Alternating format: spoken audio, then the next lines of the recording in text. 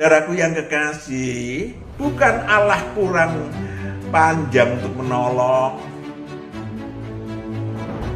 bukan Allah kurang bijak untuk merangkul, tetapi ada hukum sebab akibat yang harus difahami dan disikapi. Gembala dengan roh kita, nanti Tuhan akan memberikan kebenaran, cara perdamaian. Nama kata lain adalah saudaraku yang terkasih, kita jumpa lagi hari ini untuk membahas penentu nasib manusia. Wow. Sebelum kita melanjutkan pembahasan yang sangat penting ini, maka kita akan menyaksikan satu pujian terlebih dahulu.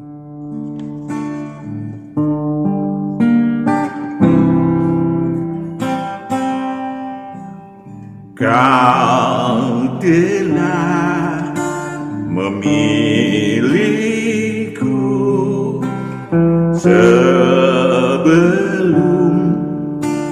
dunia dibentuk, betapa aku bersyukur padamu, ya Tuhan Allahku. Kau telah memanggilku sebagai alat kerajaanmu, betapa aku bersyukur padamu karena perbuatanmu.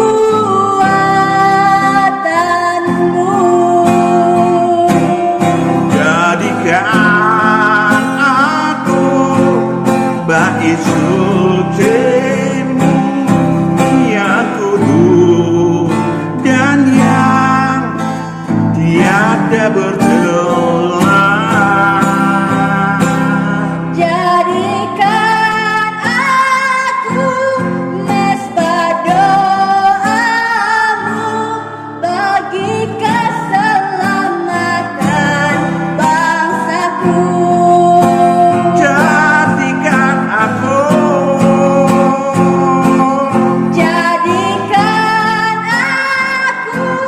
bait sucimu yang kudus dan yang tiada bercela.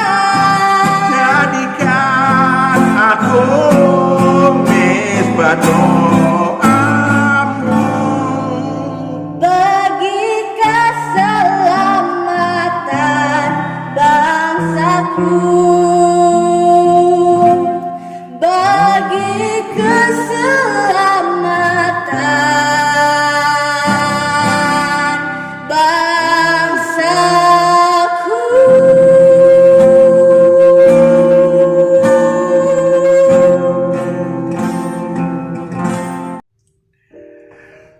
Ya, kita sudah membahas 2 kali tentang takdir. Ini giliran membahas nasib. Ya, 2 kosakata yang kerap kali rancu pemahamannya. Kita akan mengupasnya, perhatikan baik-baik. Saya tidak berpendapat, ya. Maksud saya bukan pendapat Pak Matius ini. Ini adalah kebenaran, maka perhatikan banyak kebenaran harus dibaca supaya dasarnya itu, ya, bukan pendapat. Saudaraku yang kekasih, sekali lagi antara takdir dan nasib rancu pemahamannya. Kacamata kebenaran ilahi kita pakai teng juga dalam suara hati kita. Tetapi Pak Matius juga akan memakai pandangan Taurat mengenai nasib, bahwa nasib sesungguhnya bukan sesuatu yang terjadi tanpa sebab, melainkan karena hasil produk. Oke, setuju. Cuman tidak pernah dibahas produk apa, hasil apa. Nah, hari ini kita bahas bersama-sama.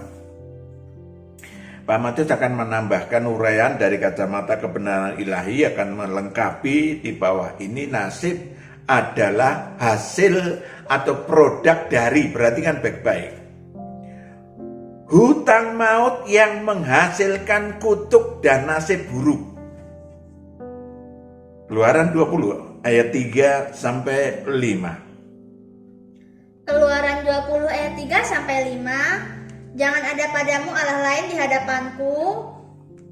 Jangan membuat bagimu patung yang menyerupai apapun yang ada di langit di atas. Jangan membuat bagimu patung. membuat bagimu patung. Patung bisa macam-macam ya.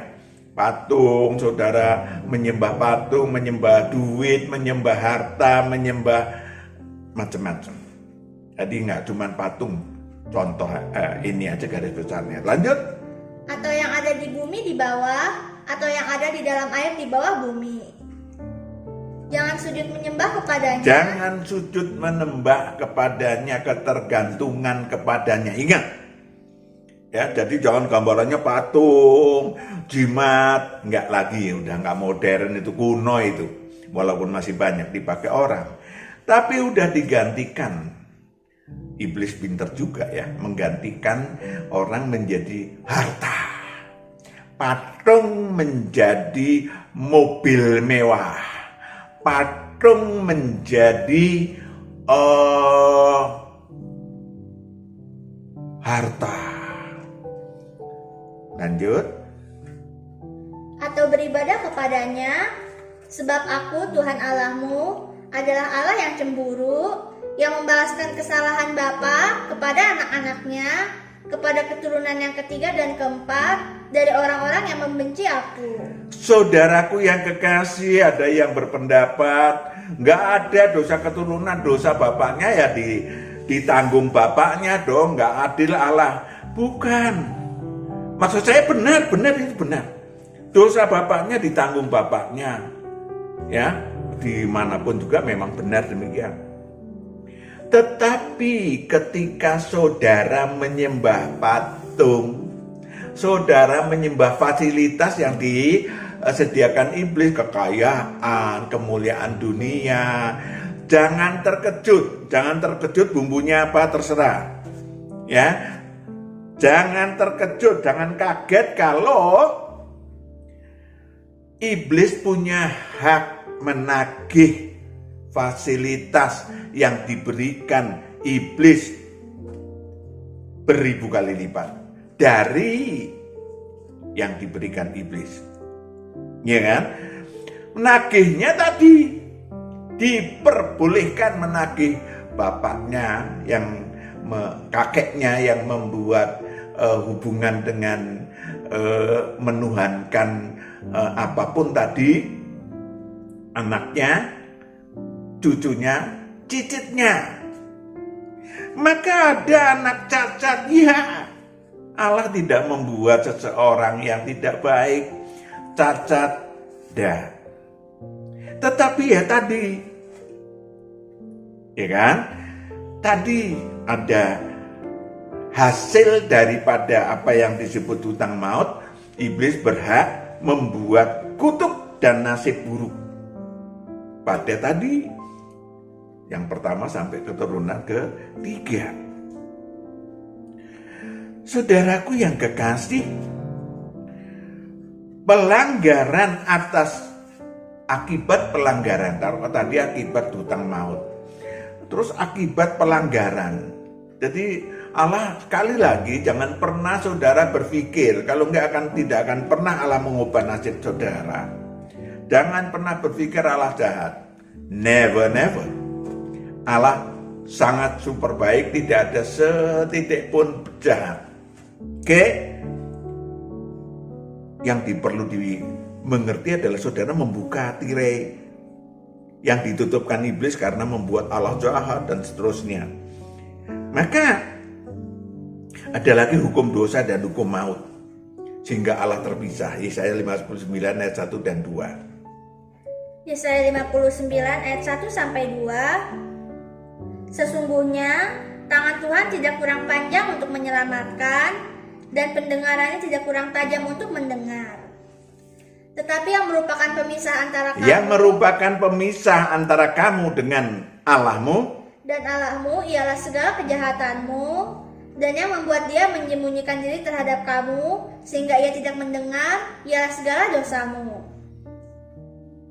Kejahatan dosa, sebab tanganmu cemar oleh darah dan jarimu oleh kejahatan, mulutmu mengucapkan dusta, lidahmu menyebut-nyebut kecurangan. Saudaraku yang kekasih, juga pada zaman Adam dan Hawa di Firdaus ada perintah Allah untuk jangan memakan buah pohon pengetahuan yang baik dan yang jahat. Dilanggar, sehingga diusir dari Firdaus dan kemudian di bumi menderita. Hawa kemudian di di Firdaus itu tidak ada melahirkan, di sini harus hamil, kemudian melahirkan, tentu sakit ya, saudaraku, yang dan berisiko meninggal.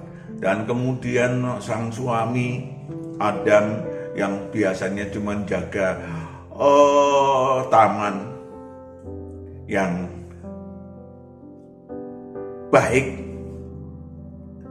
pohon-pohonnya baik, di bumi wah ada ilalang, ada macam-macam. Saudaraku yang kekasih, itu yang terjadi. Pak Matius memiliki ribuan, kalau mau dibilang ratusan, ribuan kasus karena hutang maut.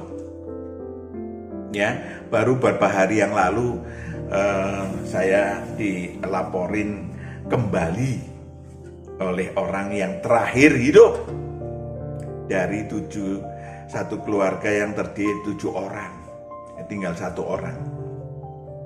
Ya, telepon ke Pak Matius. Saudaraku yang kekasih, ya, yang 2 dari 7 orang mati muda karena kecelakaan. Yang 1 ketubruk motor, satunya nggak tahu, lupa saya. Ya, karena saya mengenal, masih saudara jauh. Yang kedua, 2 orang mati muda karena kecelakaan tadi. Yang 1 orang bunuh diri. Ya, ada orang tuanya kaya, bunuh diri karena mengambil anting dari anak kecil, kabur, kejar-kejar, masuk ke sumur, lompat ke sumur. 2 orang lagi mati muda karena kanker. Saya lupa lah kanker apa, karena udah 30 tahun yang lalu, saudaraku yang kekasih. Maka saudaraku yang kekasih, apakah saudara masih berpendapat, oh itu Allah yang membuat? Aduh, kasihan Allah digituin. Ya, tapi saudara mengatakan Allah Maha Baik, Maha Kasih. Memang bukan Allah. Ya kan? Memang bukan Allah. Dan kakeknya adalah dukun. Kakeknya yang tadi satu keluarga terdiri dari 7 orang. Yang 3 perempuan wanita. Saya ingin sampaikan kepada saudara. Ya, itulah yang harusnya saudara pahami, bahwa ada tagihan maut karena hutang maut membuat seseorang memiliki nasib buruk. Ya, nasib buruknya bisa macam-macam. Saudara bisa baca sendiri dari Ulangan 28 sampai 15 sampai 46. Ya, artinya ada rumah tangga ditagih. Anaknya lahir tapi tidak bisa menjadi anak yang sesungguhnya. Kenapa? Ya karena menjadi anaknya iblis, misalnya. Anaknya yang kemudian malah menjadi pembunuh orang tuanya. Ada banyak. Saudaraku yang kekasih, ada masalah ekonomi, sudah berusaha keras, tapi sial melulu, gagal melulu. Ada yang masalah penyakit, dari mulai buta, cacat, dan macam-macam. Maka saudaraku yang kekasih, catatan pertama, buang hutang mautnya. Yang kedua, ada keinginan manusia. Keinginan si manusia pada kehidupan duniawi. Yakobus 1 ayat 14 sampai 15. Yakobus 1 ayat 14 sampai 15. Tetapi tiap-tiap orang dicobai oleh keinginannya sendiri. Oleh keinginannya sendiri. Karena ia diseret dan dipikat olehnya. Yes. Lanjut. Dan apabila keinginan itu telah dibuahi, ia melahirkan dosa. Dan apabila dosa itu sudah matang, ia melahirkan maut. Jadi keinginan sendiri, saudara. Ya kan, nggak bisa Anda menyalahkan Allah. Ayat 13. Yakobus 1 ayat 13. Apabila seorang dicobai, janganlah ia berkata, pencobaan ini datang dari Allah. Pencobaan ini datang dari Allah. Oh, itu otoritas Tuhan. Salah, saudara. Ya, otoritas Tuhan. Ya, karena saudara nggak tahu dibilang otoritas Tuhan. Banyak penghakiman yang kayak gitu.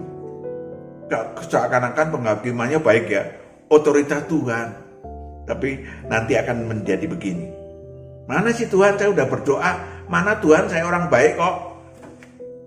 Dan itu ratusan ribuan, bahkan Pak Matius selama 30 tahun lebih itu melayani banyak orang demikian. Sehingga nasibnya terlunta-lunta. Saudaraku yang kekasih, ada kenajisan, ada karakter buruk, ada absintus yang dimiliki si manusia. Maka saudaraku yang kekasih, ini yang menjadi pokok, banyak menjadi pokok. Dosa dan kejahatan mungkin sudah dihapuskan karena lahir baru ilahi, bagus. Tetapi kan ada yang dikatakan Lukas 9 ayat 23. Lukas 9 ayat 23. Katanya kepada mereka semua, setiap orang yang mau mengikut aku, ia harus menyangkal dirinya, memikul salibnya setiap hari. Menyangkal dirinya, memikul salibnya setiap hari, dan mengikut aku. Baru mengikut aku. Gak gampang, saudara.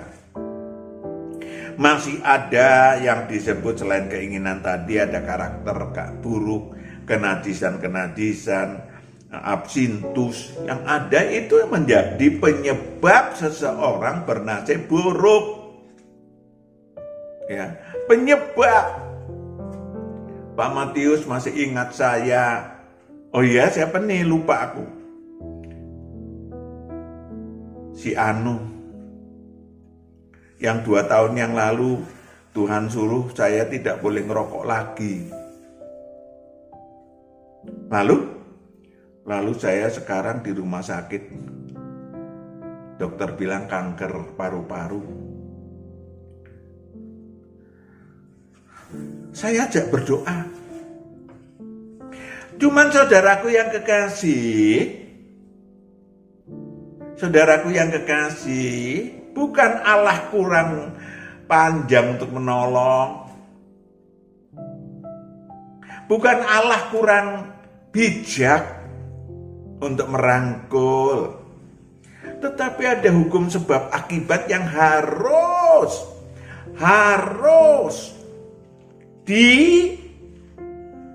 difahami dan disikapi. Ini yang saudaraku yang kekasih, orang tidak banyak memahami bahwa ada yang harus disikapi mengenai hal-hal yang terkait di dalam kehidupan yang tadi. Hukum sebab akibat. Kita tengok Lukas 23 ayat yang 40. Lukas 23 ayat 40. Tetapi yang seorang menegur dia, katanya, Yang 39 dulu coba. Ada dua nih penjahat yang di samping Tuhan Yesus disalibkan. Yang satu bilang apa? Lukas 23 ayat 39. Seorang dari penjahat yang digantung itu menghujat dia, katanya, Perhatikan baik-baik, banyak yang demikian. bukankah engkau adalah Kristus? Bukankah engkau adalah Kristus? Luar biasa kan? Ngakunya luar biasa, mulutnya luar biasa. Tetapi definisinya minor. Selamatkanlah dirimu dan kami. Selamatkanlah dirimu dan kami. Ya, sarkastis sebetulnya. Selamatkan dirimu. Kalau engkau Kristus, selamatkan dirimu. Dan kami. Lanjut. Tetapi yang seorang menegur dia, katanya, tidakkah engkau takut, juga tidak kepada Allah? Tidakkah engkau takut? Orang ini walaupun sama-sama penjahat dan sama-sama disalibkan, yang satu adalah manusia yang memang penjahat dan berkarakter buruk dan berkenajisan yang berabsintus yang membuat nasibnya, nasib rohnya nanti kemudian buruk. Yang satu lagi lanjut. Sedang engkau menerima hukuman yang sama. Engkau menerima hukuman yang sama.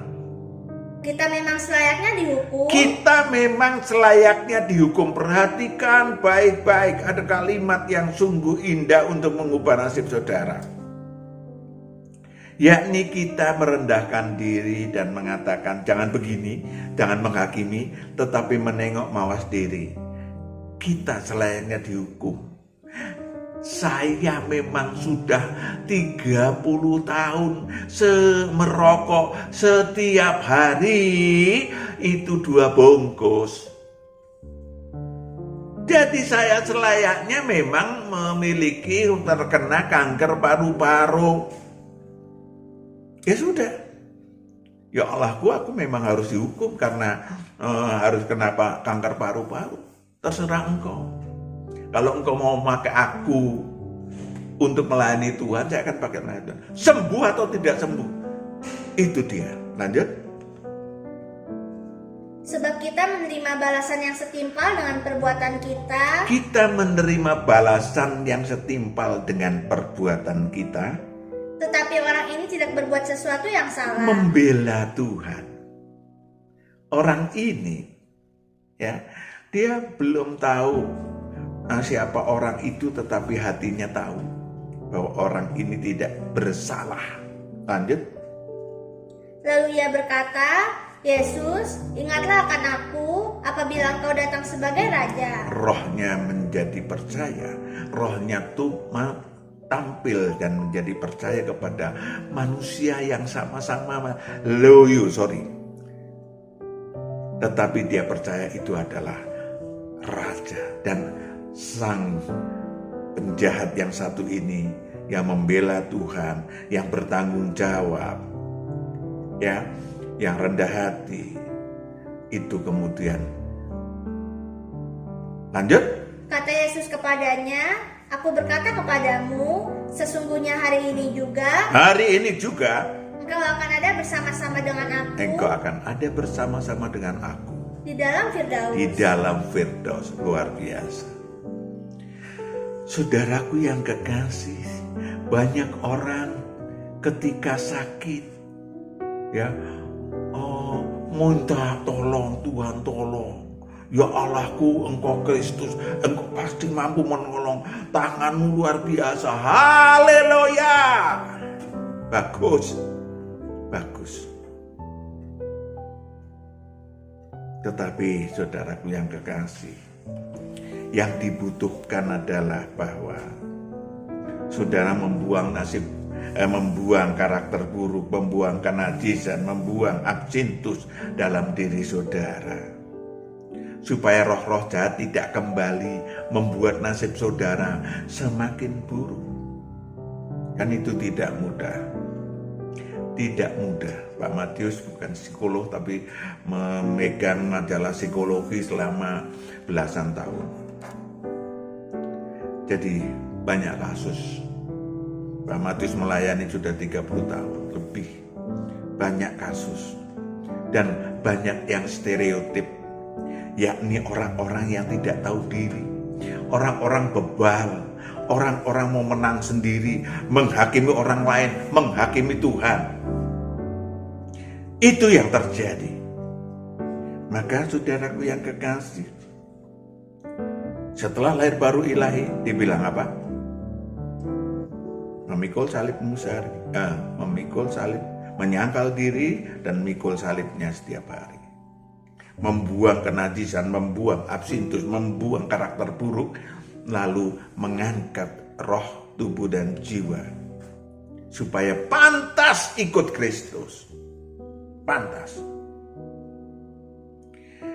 Saudaraku yang kekasih, ada di bumi ini hukum sebab akibat. Mungkin ada yang bertanya, lah kok api panas? Kenapa sih Allah membuat api? Ya kan? Kalau nggak ada api kan nggak kebakaran. Ya kan? Aku tidak terselomot. Terselomot, tangannya terkena api.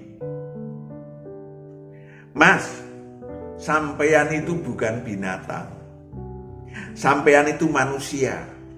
Manusia itu memiliki otak, cerdik, dan memiliki apa yang disebut sebagai makhluk mulia. Untuk saudara yang menjadi calon anak Allah, kalau saudara pengen jadi anak Allah, maka pelajari ada hukum sebab akibat di bumi ini. Ada api, ada air. Saudara harus pinter, harus cerdik. Saudara harus, sebagai manusia harus apa? Harus kreatif. Nggak dilarang kok saudara memakai anting 10 gram. No problem. Anting emas 10 gram, no problem. Saudara pakai kalung 20 gram, ibu-ibu, emak-emak, no problem, nggak dosa kok. Saudara memakai anting yang 20 kilo, juga no problem, enggak dosa. Tapi kalau kupingnya kemudian meler ke bawah, halo? Dan kemudian jalan kaki saudara atau keluar rumah di jalanan saudara dirampok, ya itu resiko. Ada hukum sebab akibat. Maka di bumi ini saudara diutus Tuhan untuk menjadi anak Allah. Adalah ketika saudara juga mampu berkreasi atas hukum sebab akibat. Batas pengetahuan yang baik dan pengetahuan yang jahat di bumi ini. Saudaraku yang kekasih, garis besar kedua adalah nasib manusia terbagi atas 3 besar. Karena kita punya tubuh alamiah dan tubuh rohaniah. Tubuh rohaniah dan tubuh alamiah, tubuh dan jiwa. Maka ada nasib tubuh rohaniah. 2/3 dari seluruh roh manusia yang turun ke bumi akan masuk ke neraka kekal kelak. Bukan dimasukkan Allah. Anda sendiri yang mendaftarkan. Kenapa? Zakaria 13 ayat 7-8. Zakaria 13 ayat 7-8. Hai pedang, bangkitlah terhadap gembalaku, terhadap orang yang paling karib kepadaku. Demikianlah firman Tuhan semesta alam. Bunuhlah gembala, sehingga domba-domba tercerai-berai. Karena saudara membunuh gembala, karena saudara membunuh anak domba, karena saudara membunuh Kristus yang menjadi bos kita. Ya, kok bos kita Pak? Yes, yang membawa roh saudara dan saya ke bumi itu sang anak domba. Yang mendidik saudara untuk mengetahui pengetahuan yang baik dan yang jahat, sang anak domba. Bagaimana Allah yang Maha Esa ada di surga kekal? Lanjut. Aku akan mengenakan tanganku terhadap yang lemah. Maka di seluruh negeri, demikianlah firman Tuhan, 2/3 daripadanya akan dilenyapkan, 2/3 daripadanya akan dilenyapkan. mati binasa, tetapi 1/3 daripadanya akan tinggal hidup. Itulah nasib manusia probabilitasnya. Pada akhir nanti setelah kiamat, hanya 1/3 yang kembali ke surga kekal menjadi anak Allah. Dan yang 1/3 itu pun akan digembleng oleh Tuhan, atau hasil gemblengan Tuhan. Lanjut. Aku akan menaruh yang 1/3 itu dalam api, dan akan memurnikan mereka seperti orang memurnikan perak. Aku akan menguji mereka seperti orang menguji emas. Mereka akan memanggil namaku, dan aku akan menjawab mereka. Aku akan berkata, mereka adalah umatku. Mereka adalah umatku. Dan mereka akan menjawab, Yes sir, Tuhan adalah Allah. Engkau adalah Allahku. Oke? Itu yang akan kembali ke surga kekal kelak. Saya ingin sampaikan kepada saudara, mari kita punya roh yang kekal, yang rindu. Siapapun rindu untuk pulang ke surga kekal. Yes, tanah air kita akan di surga kekal. Maka tengok, apakah roh saudara takut? Apakah gentar dalam keharian ketakutan? Ya, muka nggak bisa kelihatan. Kalau rohnya takut, rohnya gentar, nggak kelihatan mukanya. Karena mungkin saudara lagi menyanyi. Iya kan? Lagi menyanyi, happy birthday to me, happy birthday to you. Nggak kelihatan. Tetapi saudara akan melihat, merasakan ada saat di mana saudara ketakutan. Pak Matius mengalami banyak orang-orang demikian. Biasanya mereka sudah mau meninggal baru rohnya didengarkan. Ya, kenapa? Memang banyakkan mereka sebelumnya mereka nyaman, tanda kutip, berada di dalam kerajaan maut. Rohnya mati tak berdaya. Berada dalam kerajaan maut. Maka yang kedua, yang pertama, apakah roh Anda mati tak berdaya, berada dalam kerajaan maut? Roh saudara takut dan gentar, takut masuk ke alam maut. Kalau tubuh alamiahnya mati, gentar kelak masuk kembali, tidak pernah kembali ke surga kekal tanah airnya, malah masuk neraka kekal ikut yang rombongan 2/3. Roh yang bernasib baik adalah ketika roh itu berada dalam kerajaan Allah. Ketika rohnya hidup karena dihidupkan Allah. Kenapa dihidupkan? Karena dia datang kepada yang awal dan yang akhir dan yang hidup. Ya kan? Lalu setiap saat ada hubungan dengan Tuhan. Setiap saat ada hubungan dengan Sang Kristus. Sang Gembala, bukan membunuh. Kalau tadi yang 2/3 membunuh, kalau saudara ikut yang 1/3, ya harus akrab dong. Yohanes 10 ayat 3-4. Yohanes 10 ayat 3-4. Untuk dia penjaga membuka pintu, dan domba-domba mendengarkan suaranya, dan ia memanggil domba-dombanya, masing-masing menurut namanya, dan menuntunnya keluar. Menuntunnya keluar. Oh, indah sekali. Dituntun oleh Sang Gembala. Keluar dari masalah, keluar dari kegelapan, keluar dari kerajaan maut. Lanjut. Jika semua dombanya telah dibawanya keluar, ia berjalan di depan mereka, dan domba-domba itu mengikuti dia, karena mereka mengenal suaranya. Ya, nanti kapan-kapan saya mau buat payang potehi, yang ada patung, yang ada boneka-boneka, jadi gampang. Saudaraku yang kekasih, roh menikmati karena dapat berkarya, dapat berproduktif ilahi, dapat membawa orang lain untuk merasakan kenikmatan hidup bersama Tuhan. Amin. Itu sebetulnya roh yang bernasib baik.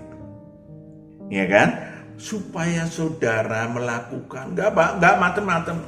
Tidak harus saudara menjadi seorang pemimpin di dalam Taurat, enggak. Saudara biasa aja.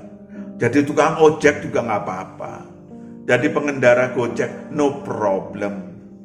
Sehingga ketika saudara bawa Gojek, gimana ibu? Ya, penumpangnya sudah sehat. Itu saja sudah berkat saudara.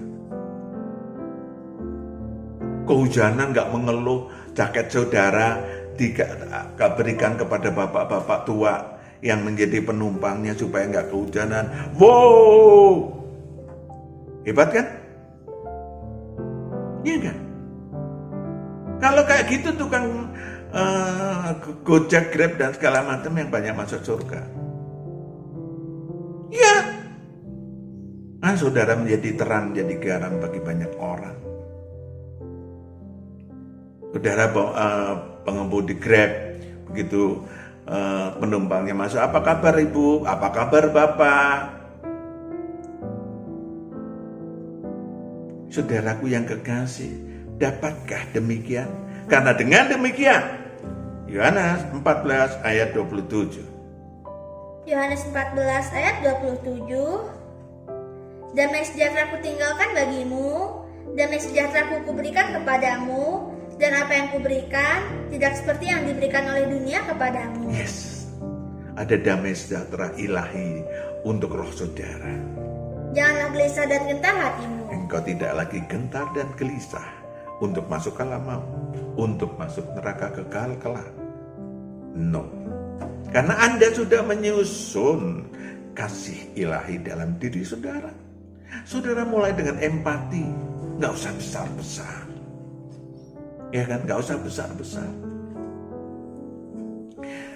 Saya ingin sampaikan kepada saudara, ya, itu tentang tadi adalah nasib tubuh rohaniah.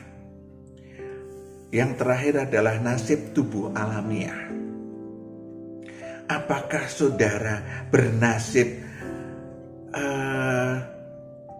buruk? Ditawan dalam kerajaan dunia? Iblis menawarkan kepada saudara Lukas 4 ayat 5 sampai 7. Lukas 4 ayat 5 sampai 7. Kemudian ia membawa Yesus ke suatu tempat yang tinggi, dan dalam sekejap mata ia memperlihatkan kepadanya semua kerajaan dunia. Semua kerajaan dunia, perhatikan. Kata iblis kepadanya, segala kuasa itu serta kemuliaannya akan kuberikan kepadamu, sebab semuanya itu telah diserahkan kepadaku. Wow. Dan aku memberikannya kepada siapa saja yang kehendaki. Lanjut.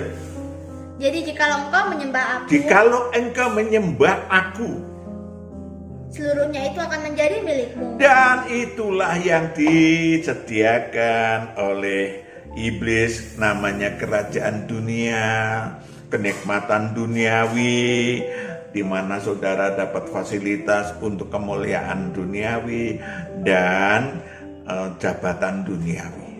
Oke?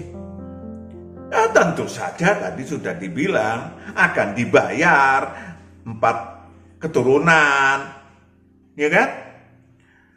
Saudaraku yang kekasih, seakan-akan nasibnya baik, maka orang kaya sulit masuk ke surga. Sulit masuk kerajaan surga. Kenapa? Karena yang disembah itu tadi kekayaan. Yang disembah itu tadi yaitu kemuliaan duniawi. Ya wes, pilihanmu. Ya kan, anak-anakmu bakal begitu. Anak-anakmu bakal masuk alam maut dan bahkan mungkin neraka bersamamu. Ya sudah, monggo saja, itu pilihan. Ya, saudaraku yang kekasih, yang kedua yang bernasib buruk selanjutnya adalah iblis membebankan kutuk dan nasib buruk di dalam aneka bentuk nasib buruk. Jadi ingat ya, jangan saudara ngiri nganan. Kenapa? Kalau nganan itu ngelihat orang kaya, enak banget ya, makan tiap hari roti ya, mobilnya ganti-ganti ya, mobil mewah ya, ke pasar pakai Alfamart ya, ke kakus pakai Indomart gitu.